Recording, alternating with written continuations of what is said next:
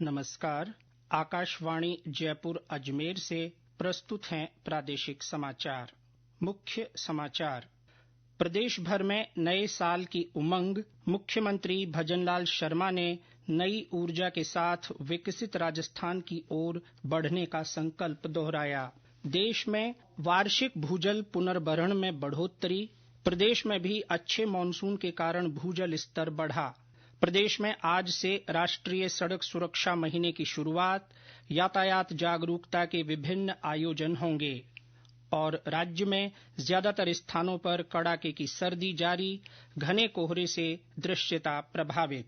हमारे सभी श्रोताओं को नववर्ष की ढेर सारी बधाइयों के साथ मैं जितेंद्र सिंह पूनिया। और अब समाचार विस्तार से।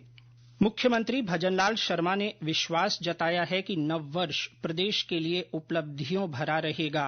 वर्ष 2025 में सभी प्रदेशवासी नई ऊर्जा, नए संकल्प और नए उत्साह के साथ विकसित राजस्थान की ओर बढ़ेंगे। मुख्यमंत्री ने नए साल पर प्रदेशवासियों के नाम एक पत्र लिखकर संदेश दिया है। अपने पत्र में मुख्यमंत्री ने वर्ष 2024 की देश और प्रदेश की उपलब्धियों का जिक्र किया है। उन्होंने लिखा कि राजस्थान के लिए ये वर्ष गर्व भरा रहा। वर्षों से लंबित आरसीपी पीकेसी लिंक परियोजना की सौगात हमें 2024 में प्राप्त हुई। साथ ही देवास परियोजना का काम शुरू होने तथा यमुना जल समझौते से प्रदेश के विकास और जल संकट के स्थायी समाधान की राह खुली। मुख्यमंत्री ने कहा कि राज्य सरकार ने पहली बार भर्ती परीक्षाओं का 2 साल का कैलेंडर जारी किया है। श्री शर्मा ने rising Rajasthan global investment summit के सफल आयोजन सहित अन्य उपलब्धियों के बारे में बताया। मुख्यमंत्री ने कहा कि 9 ग्रीनफील्ड एक्सप्रेस हाईवे बनाने के निर्णय से प्रदेश के विकास को नई दिशा मिलेगी। प्रदेश भर में धार्मिक उत्साह और उत्सव के माहौल के साथ नए साल का स्वागत किया गया।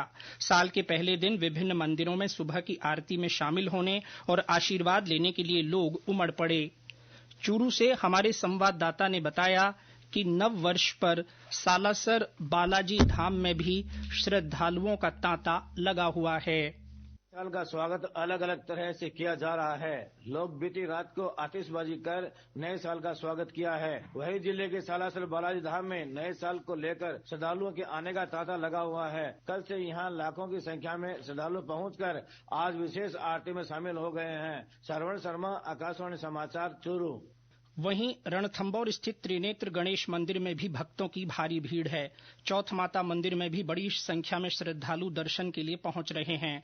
राजसमंद के श्रीनाथ जी मंदिर में भी श्रद्धालुओं की लंबी कतारें देखी जा रही हैं।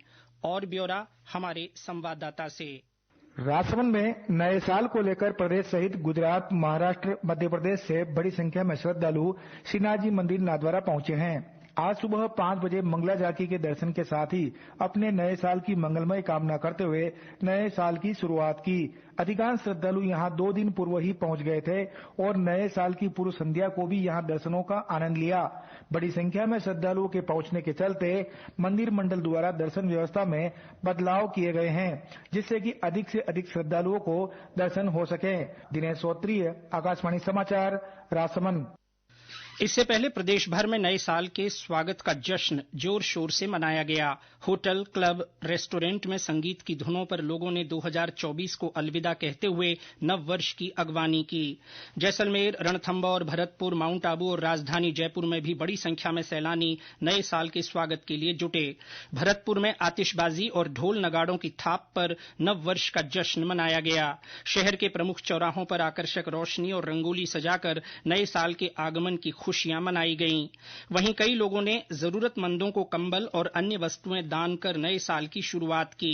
विभिन्न स्थानों पर निःशुल्क दूध वितरण भी किया गया। राष्ट्रपति द्रौपदी मुर्मू ने देशवासियों को नए साल की शुभकामनाएं दी हैं। अपने संदेश में राष्ट्रपति ने कहा कि नया वर्ष सभी के जीवन में नई उम्मीदों, सपनों और आकांक्षाओं की शुरुआत का प्रतीक है। उपराष्ट्रपति जगदीप धनखड़ ने भी नव वर्ष 2025 की पूर्व संध्या पर सभी नागरिकों को शुभकामनाएं दी। अपने संदेश में उन्होंने लोगों से राष्ट्र को सर्वोपरि रखने के संकल्प के साथ लोकतांत्रिक मूल्यों को कायम रखते हुए मजबूती से आगे बढ़ने को कहा। देश में कुल वार्षिक भूजल पुनर्भरण में 15 बिलियन क्यूबिक मीटर की बढ़ोतरी हुई है। वहीं वर्ष 2024 में भूजल निकासी में 3 बिलियन क्यूबिक मीटर की कमी आई। केंद्रीय जल शक्ति मंत्री सीआर पाटिल ने कल वर्ष 2024 के लिए गतिशील भूजल संसाधन मूल्यांकन रिपोर्ट जारी की। इस रिपोर्ट के अनुसार कुल वार्षिक भूजल पुनर्भरण का मूल्यांकन 446 बिलियन क्यूबिक मीटर से अधिक किया गया है। सभी उपयोगों के लिए वार्षिक भूजल निकासी 245 बिलियन क्यूबिक मीटर से अधिक है। प्रदेश में भी अच्छे मानसून के कारण भूजल स्तर लगभग 6 मीटर बढ़ा है। भूजल विभाग की ओर से जारी पोस्ट मानसून असेसमेंट रिपोर्ट के अनुसार अधिक बारिश से ज्यादातर जिलों में भूजल स्तर में बढ़ोतरी हुई है। इससे करीब 29 मीटर पर भूजल मिल रहा था, जो अब 23 मीटर पर मिल रहा है। केंद्र सरकार के कैच द रेन अभियान के तहत पिछले साल बाड़मेर जिले में देश में सबसे ज्यादा small rain water harvesting structure बनाए गए। जिले में विभिन्न योजनाओं में 43,000 small rain water harvesting structure का निर्माण हुआ है। वहीं पूरे राजस्थान में 83,000 small rain water harvesting structure का निर्माण करवाया गया। और जानकारी दे रहे हैं हमारे संवाददाता। मरुस्थलीय जिले में बरसात के पानी को सहेजना यहाँ की संस्कृति रही है। यहाँ गत साल स्थानीय लोगों और विभिन्न विभागों की मदद से record rain water harvesting structure का निर्माण करवाया गया। इन स्ट्रक्चर के बनने से लोगों को साल भर बारिश का साफ पानी पीने को मिलेगा। एक स्ट्रक्चर में करीब 30 से 40 हजार लीटर पानी का संग्रहण होता है। जसवंत सिंह रूडी, आकाशवाणी समाचार, बाड़मेर। प्रादेशिक समाचार बुलेटिन आप हमारे x handle @AIR News_ Jaipur, YouTube channel Rajasthan AIR news और फेसबुक AIR न्यूज राजस्थान पर भी सुन सकते हैं। इसके साथ ही आप हमारी वेबसाइट newsonair.gov.in पर भी समाचार सुन सकते हैं और संबंधित फोटो और वीडियो देख सकते हैं।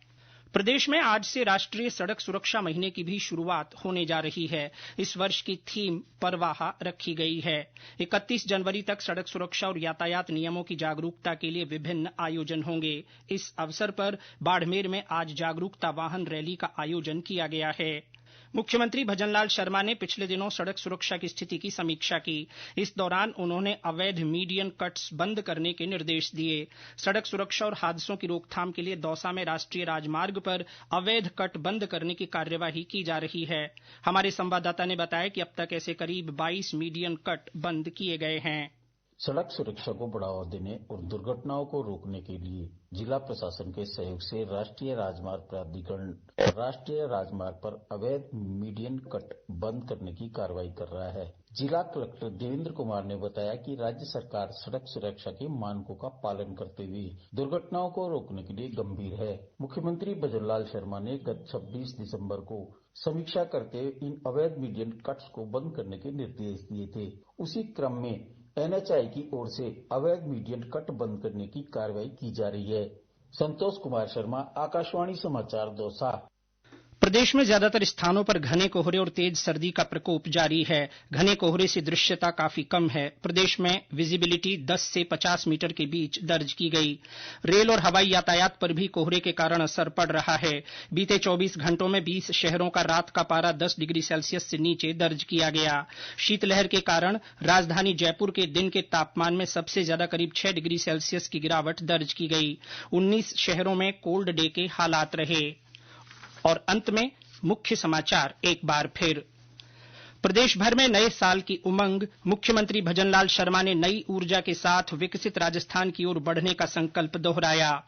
देश में वार्षिक भूजल पुनर्भरण में बढ़ोतरी। प्रदेश में भी अच्छे मानसून के कारण भूजल स्तर बढ़ा। राज्य में आज से राष्ट्रीय सड़क सुरक्षा महीने की शुरुआत। यातायात जागरूकता के विभिन्न आयोजन होंगे। और प्रदेश में ज्यादातर स्थानों पर कड़ाके की सर्दी जारी। घने कोहरे से दृश्यता प्रभावित। इसके साथ ही प्रादेशिक समाचार बुलेटिन समाप्त हुआ। नमस्कार। अगला बुलेटिन हिंदी में दोपहर 1 बजे प्रसारित किया जाएगा।